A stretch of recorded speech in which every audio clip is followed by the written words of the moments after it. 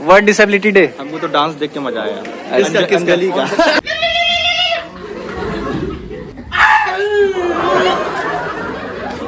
तो गाइस यहाँ पर सोनू खा रही है खाना।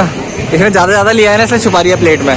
तो एक्चुअली गाइस हमारी कार खड़ी है पीछे, तो हम शादी से लौट रहे थे वापस, तो हमें रास्ते पे बाबू भैया की मस्टैंग जीटी दिख गई है गाइस। बाबू भैया की मस्टैंग जीटी गाइस फिलहाल ये रही बाबू भैया की मस्टैंग जीटी और ये हो रही है मॉडिफिकेशन चल रही है यहाँ पे काफी। तो hey guys welcome back to Rohit Soni blogs. तो रात की ब्लॉग की शुरुआत हो रही है गाइस कॉलेज से, और ये दो मेरे फ्रेंड हैं। तो गाइस आज हमारे कॉलेज में world disability day, so as we belong to the physiotherapy department, world disability day के लिए हमारे लिए बहुत ज्यादा इंपॉर्टेंस है। तो फिलहाल इनसे पूछते हैं, तो आप कौन से डिपार्टमेंट से हो? तेरी ही क्लास से हूँ, ठीक है। अरे मेरी क्लास तो से? इसी की क्लास से इतनी जल्दी भूल गया। अभी तो यूट्यूबर भी नहीं बना। यूट्यूबर भी नहीं बना, फिर इतनी जल्दी भूल गया है। वाह। तो गाइज हमें जाना है अभी ऑडिटोरियम में। तो वर्ल्ड डिसेबिलिटी डे में कुछ प्रोग्राम्स हैं और कुछ वहाँ पर स्लोगन कंपटीशन है, कुछ पोस्टर कंपटीशन है। तो आपको सीधा ऑडिटोरियम में चलते हैं और दिखाते हैं। ये मुझे व्लॉग बनाने दे रही है। तो चलते हैं सीधा ऑडिटोरियम में और मिलते हैं आपसे ऑडिटोरियम में। सो गाइज हम आ चुके हैं ऑडिटोरियम में और फिलहाल आप देख सकते हैं पूरा ऑडिटोरियम भरा हुआ है। हाय तनुजा, कुछ कहना चाहते हो वर्ल्ड डिसेबिलिटी डे के बारे में? ऐसा है, हमारे कॉलेज वाले वर्ल्ड डिसेबिलिटी डे पे डांस करवा रहे हैं। अच्छा, डांस हाँ। डिसेबिलिटी डे पे। हाँ IQ। As we all know, मजाक थोड़ी, हर कोई एडमिशन नहीं ले सकता हमारे कॉलेज में, मजाक नहीं है। यूनिक है ना। नाचना होना चाहिए अच्छे वाला मुंजरा आना चाहिए। वर्ल्ड डिसेबिलिटी डे पे कुछ कहना चाहते हो? अभी सब पता चलेगा, suspense. So guys, here are our guest of today program. तो आइए देखते हैं ऐसे ही एक परिवार की कहानी, जहां घर का एक बच्चा तो साधारण है किंतु एक बच्चा दिव्यांगजन। पार्क में सभी बच्चे खेल रहे हैं और बाद में वे सब दिव्यांग बच्ची का मजाक उड़ाते हैं। ये देखो कौन खेल रहा है। ये तो ज़ॉम्बी है, उसके भाई है। अरे यार देख, चल तेरी वजह से कोई मुझे भी नहीं खिलाता है। देख सबने बॉल छीन ली। चल मम्मी से शिकायत लगाऊंगा आज तेरी। व्यथा तो ये है कि दिव्यांग बच्चे के परिवारजन भी उसकी परेशानी समझ ही नहीं पा रहे हैं। चल घर चल, तेरी वजह से मुझे भी नहीं कोई खिलाता है। चल घर चल। अरे मम्मी देखो ना, इसकी वजह से कोई मुझे भी नहीं खिलाता। सब ज़ॉम्बी का भाई करके चिढ़ाते तू हैं। इतना बड़ा हो गया कि अपनी बहन पे हाथ उठाएगा। अरे क्यों डांट रहे हो मेरे बेटे को? क्या किया इसने? तू हमेशा इसका पक्ष क्यों लेते रहते हो? अरे तो क्यों नहीं लूं? ये तो पढ़ाई लिखाई भी करता है।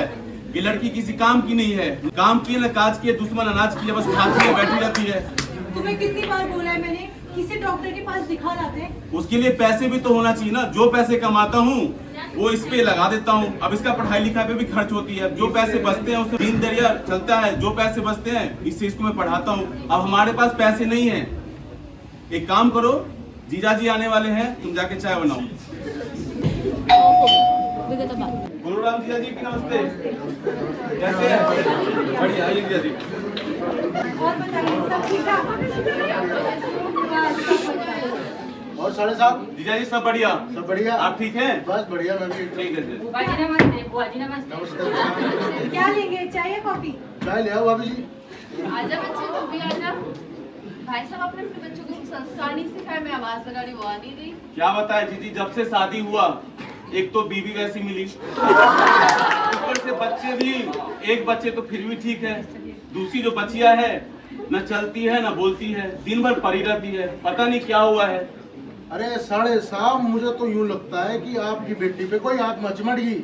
आत्मा चिमट गई? हाँ, हमारे गांव में शर्मा रहा करता था एक जी। उस पे ऐसी आत्मा चिपटी कि वह पेड़ पे चढ़ गया जी।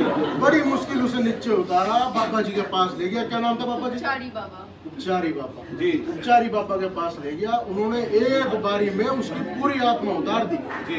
मैं आपको बता रहा हूँ, आपकी बेटी को लेकर हम वहीं चलते हैं। ठीक है जीजा जी, आप जैसे बोलते हैं हम वैसे करते हैं। चलो ठीक है जीजा। चलो। ये है भारतवर्ष के नागरिक, मेडिकल साइंस पर विश्वास नहीं और पाखंडी बाबाओं पर अंधविश्वास। दिव्यांगता को समझना तो दूर की बात है, उसे भूत पिशाच ऐसे नाम लेना अपने आप में शर्मनाक है। आत्मा, खात्मा, प्लाज्मा। प्लाज्मा? ये कैसा मंत्र लिख के दिया तुमने? कोई विश्वास करेगा इस पर? अरे बाबा, आप टेंशन मत लीजिए। दुनिया में किसी चीज पे विश्वास है तो वो अंधविश्वास है। आप लोग ये रुके, मैं आपके आगमन सूचना बाबा जी को देता हूँ। जी।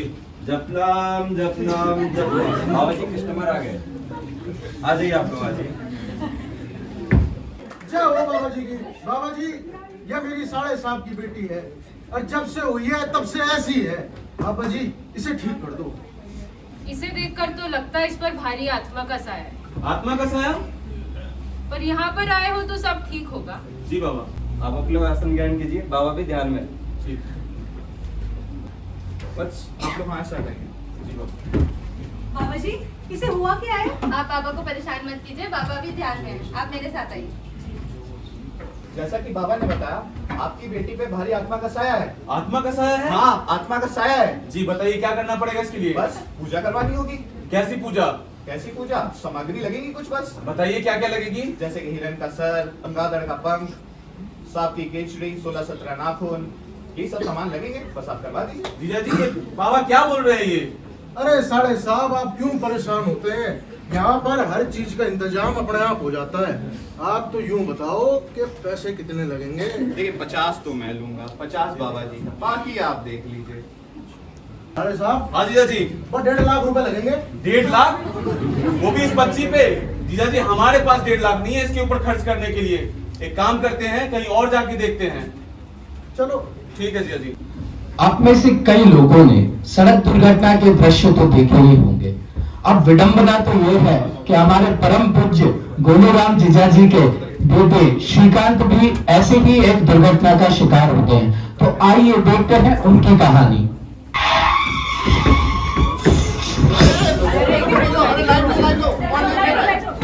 कौन ले रहे हैं यार?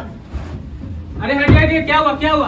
क्या कर रहे हैं आप लोग? इंसानियत नाम का चीज है या नहीं? एक इंसान जिंदगी और मौत से लड़ रहा है, आप लोग फोटो और वीडियो शूट कर रहे हैं। थोड़ा सा भी आप लोग में कॉमन सेंस नहीं है। Please call the ambulance please.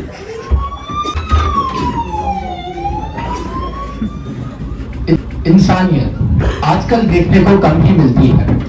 एक इंसान की जान से ज्यादा सोशल मीडिया के लाइक्स और व्यूज ज्यादा जरूरी हो गए हैं।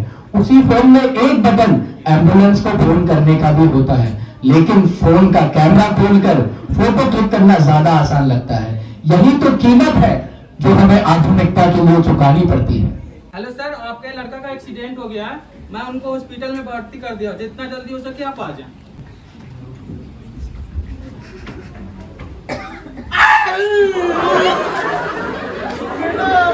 अरे डॉक्टर को बुलाओ यार। कहीं डॉक्टर डॉक्टर साहब अब कैसा है मेरा बेटा? देखिए, आपने आने में देरी कर दी है। इनको बहुत गहरी चोटें आई है। ट्रीटमेंट हमने कर दिया है, लेकिन ये अब चल नहीं पाएंगे। डॉक्टर साहब ऐसे मत बोलिए, आप ठीक कर दीजिए मेरे बेटे को। देखिए, वैसे सर्जरी कर सकते हैं, लेकिन चल नहीं पाएंगे फिर भी। डॉक्टर साहब कुछ कीजिए, आप मेरा इकलौता लौंडा है, इसको ठीक कर दीजिए आप पहले पेमेंट कराइए जाके, बाकी हम बाद में बताते हैं आपको। आप टेंशन मत लीजिए, मैं आपको एक सॉल्यूशन देती हूँ। आप किसी अच्छे फिजियोथेरेपिस्ट से कंसल्ट कीजिए, क्या पता वहाँ ठीक हो जाए। श्रीकांत और उसके पिताजी अब नर्स की राय मानकर फिजियोथेरेपिस्ट के पास जाते हैं, जहां प्रारंभिक जांच के बाद उसे बताया जाता है कि उसे पार्शियल स्पाइनल कॉर्ड इंजरी हुई है, जिसके चलते उसे डिसेबिलिटी तो होगी किंतु वह चल भी पाएगा। इसके बाद श्रीकांत लगातार 6 महीने तक फिजियोथेरेपी करवाता है, जिसके परिणाम स्वरूप वह लकड़ी के सहारे से चलने लगता है। अरे श्रीकांत बेटा। अरे मामा जी प्रणाम। अरे खुश रहो। अरे श्रीकांत, तुम्हारे पिताजी गोलूराम जीजा जी कहते थे कि तुम्हारा एक्सीडेंट हुआ है और तुम चल भी नहीं पाओगे। अब कैसे चल रहे हो तुम? क्या बताएं मामा जी, 6 महीने पहले एक्सीडेंट हुआ था। डॉक्टर ने तो बोल दिया था कि हम चल भी नहीं पाएंगे। अच्छा। लेकिन वहाँ किसी भले आदमी ने हमको बोला कि आप फिजियोथेरेपिस्ट के पास चले जाइए, वो आपको ठीक कर देंगे। ये फिजियोथेरेपी क्या होता है? मामा जी, फिजियोथेरेपिस्ट वो डॉक्टर होते हैं जो आपको फिजिकल एक्टिविटीज और एक्सरसाइज के थ्रू ठीक कर देते हैं। अच्छा ठीक है, तुम जाओ। ठीक है मामा जी।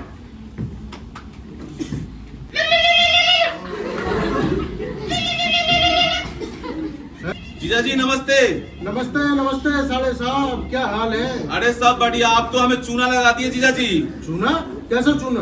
आप अपने बच्चे को फिजियोथेरेपी के पास लेके गए थे और हमारे बच्ची को एक ढोंगी बाबा के पास लेके गए। ये तो गलत बात है जीजा जी। अरे साले साहब, अब आपने सलाह मांगी सो हमने दे दी। अब देखो जो हुआ सो हुआ, मिट्टी पाओ। अब आप भी अपनी बेटी को लेके फिजियोथेरेपिस्ट के पास जाओ। देखिए यही बात अगर आप पहले बोलते जीजा जी तो आज हम हमारे घर में ये झिझक के लड़ाई झगड़ा नहीं होता। अब आप बोल रहे हैं तो हम अपनी बच्ची को लेके फिजियोथेरेपी के पास लेके जा रहे हैं।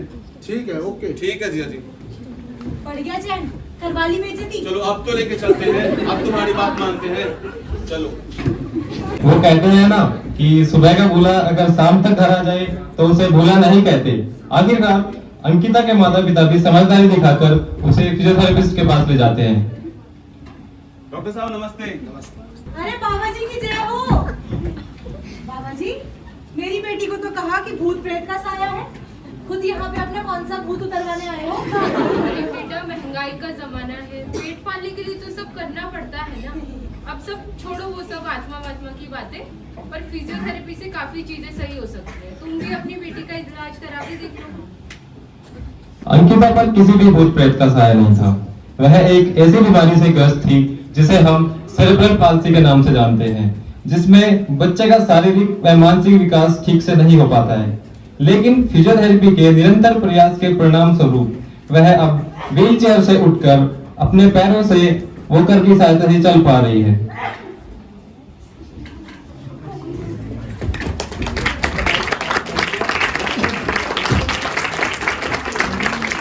संसार का सबसे बड़ा सुख संतान सुख होता है। ऐसी कौन सी लाचारी जो विकलांगों से छीने उनकी आजादी। दिव्यांग जन को है साथ में लाना, जागरूकता को है घर घर फैलाना। दिव्यांग जन को दया नहीं साथ चाहिए। धन्यवाद। सो ये गाइस पोस्टर कंपटीशन के कुछ पोस्टर्स हैं यहाँ पर।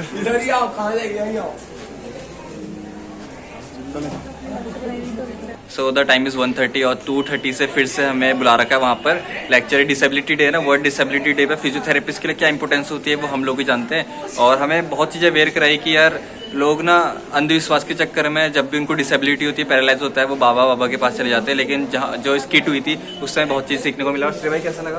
काफ़ी अच्छा था, काफ़ी नॉलेजेबल चीज़। सही लगा ना? काफ़ी अच्छा लगा। हाँ, तो कुछ हमने क्लिप्स वगैरह पोस्टर्स कंपटीशन के आपके साथ शेयर किए हैं, तो आप कमेंट करके बताना कि आपको कैसा लगा। तो फिलहाल अभी हमें मिला इंटरवल, तो इंटरवल एंजॉय करते हैं। वर्ल्ड डिसेबिलिटी डे, हमको तो डांस देख के मजा आया। किस गली का?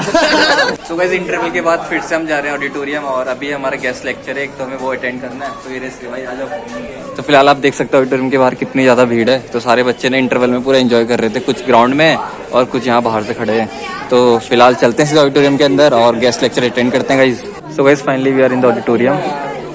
सो गाइस द टाइम इज 4:30 और मैं पहुंच चुका हूं अपने कमरे पे। यार आज बहुत ज्यादा थक चुका हूं, लेकिन आज बहुत ज्यादा कुछ सीखने को मिला क्योंकि आज वर्ल्ड डिसेबिलिटी डे। तो फिलहाल चेंज वेंज करता हूं और कुछ खाता हूं क्योंकि भूख बहुत तेज लग रही है। तो मिलते हैं आपसे गाइस। सो है गाइस, कॉलेज से आके रेस्ट कर लिया, खाना भी खा लिया और अभी मैं हो चुका हूँ रेडी क्योंकि मुझे जाना है एक मैरिज अटेंड करने। जो हमारी लैंडलॉर्ड है ना, वो मतलब एक परिवार की तरह, अपनी बड़ी बहन की तरह है। तो उनके रिलेटिव में शादी थी, तो हम लोग दीदी की गाड़ी लेके जा रहे हैं, मैं, दीदी के बच्चे, और मैंने सोनू को ही बोल रखा है कि वो भी चले। तो आज गाइस बहुत सालों बाद कह सकते हैं जब से देहरादून आया हूँ, तो फर्स्ट टाइम ऐसे मैं किसी की मैरिज में जा रहा हूँ क्योंकि अभी तक यहाँ पार्टी खाई नहीं। और अब तो घर में भी बहुत कम हो गया कि पहले घर होते थे, शादी के कार्ड आते रहते थे। तो फिलहाल आज जाते हैं और देहरादून की पार्टी खाते हैं गाइस। तो गाइस हम लोग निकल चुके हैं और यहाँ पे चला रहे हैं गाड़ी, और दीदी लोग तैयार हो चुके हैं अच्छे से। आपको हेलो। दीदी शादी किसकी है? शादी है मेरे भाई की, तो हम लोग अपने भाई की शादी में जा रहे हैं। सो गाइस फाइनली हम पहुंच चुके हैं शादी में। तो दीदी रिसेप्शन है ना ये? शादी तो हो चुकी है, तो आज हम खाने वाले रिसेप्शन पार्टी। तो दीदी के बच्चे, सोनू दीदी की बच्ची और मैं मेरी बड़ी बेटी। तो फिलहाल यार हम सब लोग आज पार्टी एंजॉय करने वाले हैं और दीदी ने हमें इनवाइट किया है, तो थैंक यू सो मच दीदी। और दीदी बहुत स्मार्ट लग रही है। Thank you. दीदी के साथ दीदी बहुत स्मार्ट लग रही है। दीदी के सामने सब पीके। सब फेले आज। सो गाइस ये भैया की आज रिसेप्शन है। तो गाइस ये आते ही लपेटने लग गई यहाँ पर। तो गाइस यहाँ पर सोनू खा रही है खाना, इसने ज्यादा लिया है ना, इसलिए छुपा रही है प्लेट में। तो छुपा क्यों रहे हो? अपने तो मेरे से डबल खाना खाए रहे, मेरे से डबल खाना खाया।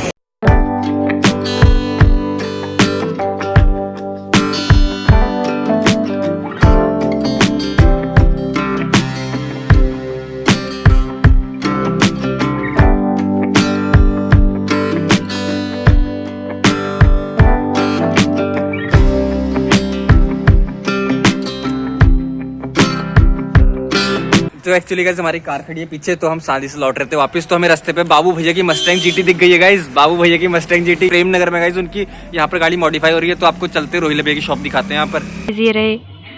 So guys, we were coming from the marriage actually and we saw बाबू भैया मस्टैंग जीटी।